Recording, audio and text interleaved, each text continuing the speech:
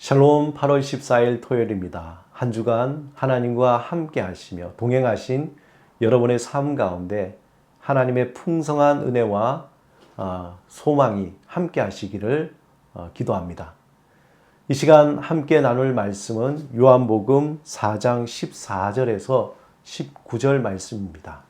오늘도 이 말씀을 읽고 묵상하며 우리에게 은혜를 베푸시는 하나님의 그 음성을 듣겠습니다.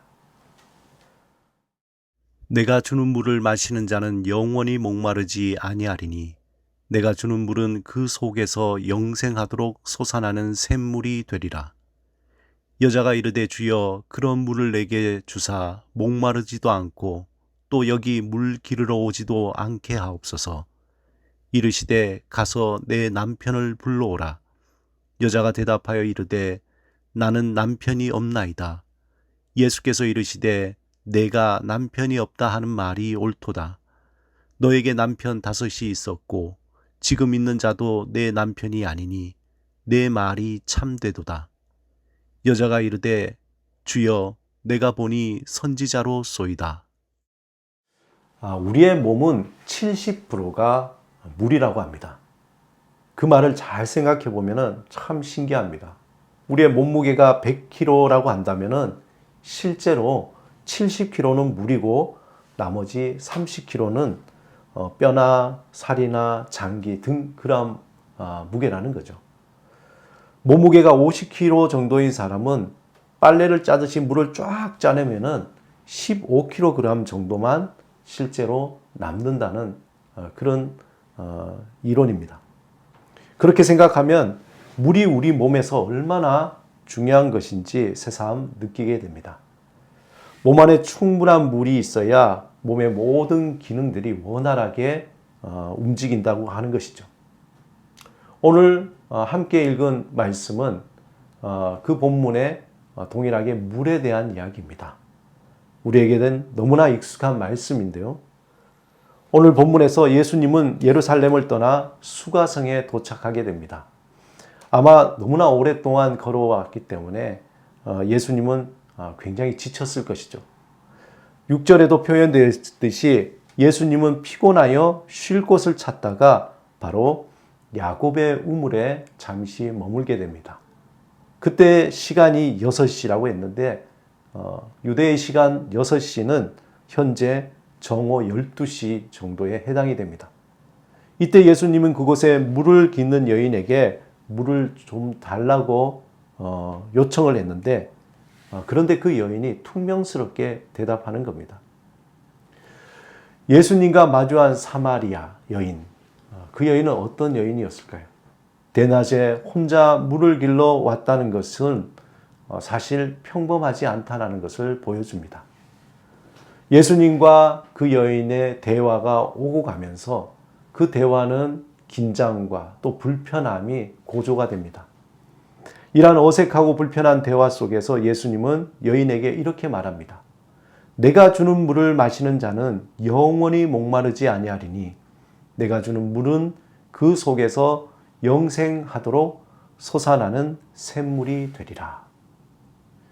그러자 여인은 예수님을 조롱하듯이 이렇게 대답합니다. 15절에 주여 그런 물을 내게 주사 목마르지도 않고 또 여기 물 기르러 오지도 않게 하옵소서. 예수님에 대한 어떤 정당한 대답이라기보다도 그런 물이 어디 있습니까? 라는 부정적인 그런 말이죠. 또 다른 말로 정말 웃기는 소리 하지 마세요. 라는 그러한 빈정대는 말투입니다. 이때 예수님은 그 여인에게 굉장히 일격을 가하는 질문을 하게 됩니다. 내 남편을 데려오라. 여인은 이 말을 듣는 순간 자신의 모든 것을 다 들켰다는 생각을 하게 됩니다. 그리고 반사적으로 방어적인 대답을 합니다. 나는 남편이 없습니다. 이때 예수님은 한 번 더 여인의 치부를 드러냅니다. 맞다. 내가 남편이 없다는 말이 맞다. 이전에 5명이 있었고 지금도 남편이라고 있지만 그도 진정한 남편이 아니니 네 말이 맞다. 예수님이 사마리아를 통과해야 하겠다고 한 목적이 있다면 바로 이 여인을 만나러 오신 것입니다. 바로 이 여인은 누구도 관심 갖지 않는 존재감 없는 여인이며 누구에게도 만족을 찾을 수 없는 삶의 갈증을 가진 여인이었습니다. 예수님을 만나기 전까지 이 여인이 살아온 삶은 과연 어떠했을까요? 그녀의 하루는 또 어떠했을까요? 남편이 여섯이 된다고 해서 이 여인이 직업 여성이라고 해석하는 것은 사실 좀 무리인 것 같습니다. 오늘의 본문에는 이러한 여러 가지 많은 상징들이 담겨져 있습니다. 예수님이 만난 사마리아 여인은 이 땅에 버림받은 어떻게 보면 모든 인간을 상징한다고 볼 수 있습니다. 세상의 것으로 자신의 만족을 채우려 했지만 채울 수 없는 인간의 실존입니다. 오늘 본문에 등장하는 사마리아 여인은 사마리아 공동체를 의미하는데 여인의 여섯 남자는 사마리아 사람들이 그들이 섬기는 우상이요 다양한 예배의 형태입니다. 그 우상은 돈이요 권력이요 쾌락이요 명예 등입니다. 제6시 정오를 뜻하지만 이 시간은 불완전한 시간입니다. 완전히 채워지지 않는 시간, 6명의 남자 역시 채워지지 못한 불완전함을 상징하고 있습니다. 날마다 시간이 되면 물을 길러오는 여인, 자신이 믿고 있는 전통, 율법, 경험의 우물을 의미합니다.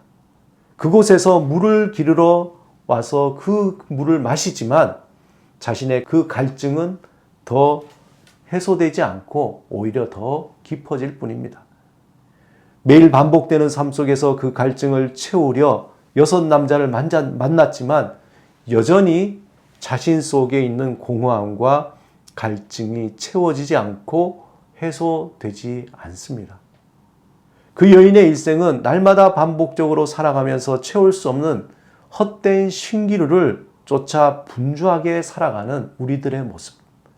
경쟁하고 질투하고 원망하고 절망하는 인간의 모습을 상징하고 있습니다. 어떻게 보면 그 여인의 일생은 예수님을 만나기 전에 우리들의 모습이 아닐까 생각합니다. 사랑하는 여러분, 우리의 일상에서 예수님은 어떻게 만나고 있습니까? 우리는 예수님을 누구라고 믿고 있습니까? 예수님을 입술로는 나의 주님, 나의 구원자라고 말하지만 여전히 우리는 여섯 남편을 쫓는 여인처럼 살아가고 있지는 않은지 우리의 삶을 하나님 앞에서 돌이켜봐야 합니다. 생수의 샘이 예수 안에 있음을 알지만 세상의 돈과 쾌락과 명예와 그 우물에 그 주위에서 맴돌고 있지 않은가 우리는 생각해 봐야 합니다. 예수님을 오직 메시아로 우리의 구원자로 인생의 주인으로 우리가 만나야 할 것입니다. 우리의 일생에서 예수님을 전적으로 의지하며 구주로 고백해야 합니다. 그 품에 거하며 성령의 채워주심과 변화를 경험해야 할 것입니다. 우리는 생각으로 말로 예수님을 구주로 믿고 따른다고 하지만 내 속사람이 진실로 주님을 구주로 만나야 합니다. 진실로 나의 구원자요 나의 삶의 주인으로 만나야 합니다. 진심으로 예수님을 구원자로 삶의 주인으로 고백해야 한다는 것입니다. 날마다 성령님께 내 속에 깊이 숨겨둔 여섯 남편이 드러나기를 하나님께 간절히 구해야 할 것입니다. 나도 모르게 깊이 감추어온 세상의 우물을 주님 보여달라고 하나님께 간구해야 합니다. 내 안에 숨겨둔 여섯 남편과 세상의 우물이 드러날 때에 내 안에 성령님으로 말미암은 새로운 창조가 우리에게 일어나게 될 것입니다. 진실로 새로운 삶, 만족하는 삶, 자유와 기쁨의 삶을 찾기를 주님께서는 우리를 향해 간절히 원하십니다.